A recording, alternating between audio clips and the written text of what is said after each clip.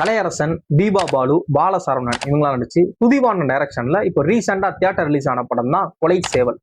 இந்த படத்தோட ஸ்டோரி என்ன அப்படின்னா, தீபா பாலுவும் கலையரசனும் ரீசெண்டா மேரேஜ் ஆன ஒரு யங் நியூ கப்பல். தீபா பாலு வந்து 9 மந்த் பிரெக்னண்டா இருக்கிறாங்க.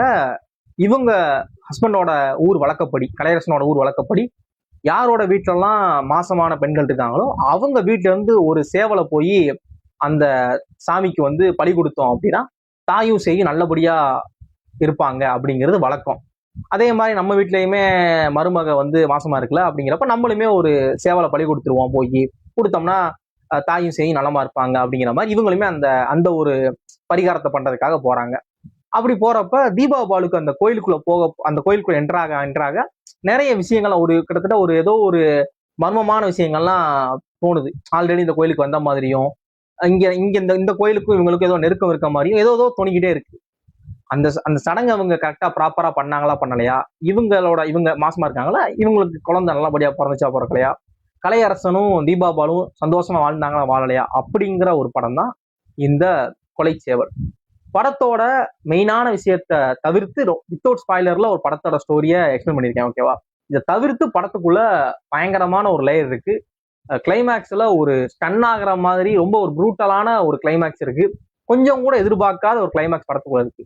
அது மாதிரி படத்தோட ஸ்டோரி, ஸ்கிரீன் பிளே இது எல்லாமே எனக்கு ஓப்பனிங்ல பாக்குறப்ப லைட்டா கொட்டுக்காளி வேவு தான் வந்துச்சு.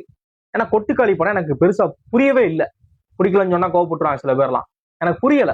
அப்படிங்கிறப்ப இந்த படமும் அந்த மாதிரி இருக்குமா அப்படின்னா இல்ல, இது அந்த அளவுலாம் இல்லை. இதுலயுமே நிறைய இடங்கள் எனக்கு நல்லா புரிஞ்சு படம் ஈஸியா எனக்கு புரியுற மாதிரி இருந்துச்சு இந்த படம் கொலைச்சேவல். அது மாதிரி படத்துல வரக்கூடிய சென்டிமெண்ட் காட்சிகள், அந்த எமோஷனல் சீன்ஸ் எல்லாமே நல்லா கனெக்ட் ஆகுது. கலையரசனை வச்சு வரக்கூடிய எமோஷனல் சீன்ஸ் எல்லாமே பயங்கரமா நம்ம கனெக்ட் பண்ணிக்க முடியுது. படத்துல சின்னதா ஒரு லவ் ட்ராக் இருக்கு. காமெடியை வந்து பாலசரவணன் வந்து ஈஸியா ஹேண்டில் பண்ணியிருக்காரு. அது எந்த இடத்துலயுமே அவர் அடிக்கிற எல்லா கவுண்டருமே நமக்கு நல்லா ஒர்க் ஆகுது. படத்துல நடிச்ச எல்லா ஆர்டிஸ்டுமே ரொம்ப யதார்த்த நடிப்பா இருக்கு. எங்கேயுமே அவங்க நடிக்கிறாங்க அப்படிங்கிற மாதிரி இல்லாம ரொம்ப யதார்த்த சினிமாவா இருக்கு. துதிவான்ங்கிற இந்த டைரக்டர் வந்து ரொம்ப ஒரு ஒரு நல்ல படத்தை கொடுத்துருக்காருன்னு தான் தோணும்.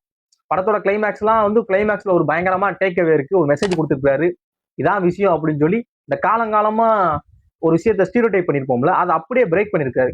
அவரோட கிட்டத்தட்ட ஒரு பொலிட்டிக்கல் ஃபிலிம் தான். படத்துல ரொம்ப ஒரு முக்கியமான ஒரு லேயர் இருக்கு. அதை நான் இந்த இடத்துலயுமே ஸ்பாயில் பண்ணல.